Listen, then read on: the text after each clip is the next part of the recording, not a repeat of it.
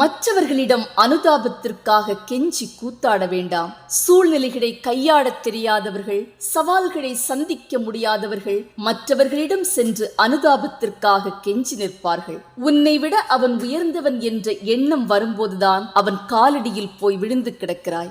ஒன்றை தெளிவாக புரிந்து கொள்ளுங்கள். உங்களை பற்றி உங்களை தவிர வேறு யாருக்கும் நன்றாக தெரியாது. கடந்த காலம், நிகழ்காலம், எதிர்காலம் என்று எல்லாம் உங்களுக்கு தெரியும். மற்றவர்கள் உண்மையான அனுதாபத்தை உங்களிடம் காட்ட மாட்டார்கள். முன்னால் ஒன்று பேசுவார்கள், பின்னால் இன்னொன்று பேசுவார்கள். முன்னால் ஐயோ இப்படி ஆயிற்றே என்று சொல்லுவார்கள், பின்னால் இவள் திமிர் பிடித்தவள், அவனுக்கு இவள் ஜோடி பொருத்தமே இல்லை, அவன் படிப்பையும் பணத்தையும் பார்த்து திருமணம் செய்து கொடுத்தார்கள், அனுபவிக்கட்டும் என்று சொல்லுவார்கள். தயவு செய்து என்னை புரிந்து கொள்ளுங்கள் என்று நீங்கள் ஒருவரிடம் கெஞ்சி நிற்கிறீர்கள் என்றால் கண்டிப்பாக மற்றவர்களின் அனுதாபத்திற்காக காத்திருக்கிறீர்கள் என்பதுதான் அர்த்தம். நீங்கள் போர்க்களத்தில் நிற்கும் போர் வீரர்கள். இயேசுவே உங்கள் பட்டயம். அவர் வார்த்தைகள் இருபுறமும் கருக்குள்ள பட்டயம். தாவீது ஒரே ஒரு கூழாங்கல்லினால் கோலியாத்தை வீழ்த்தினான். யாராலும் சாதிக்க முடியாததை உன்னுடன் இருக்கும் இயேசுவால் உனக்கு செய்து முடிக்க முடியும். அவரால் கூடாதது ஒன்றுமில்லை.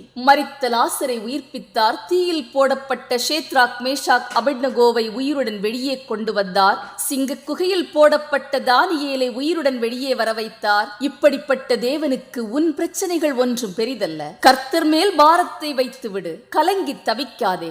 அவர் சர்வ வல்லமை உள்ளவர். ஆமென்.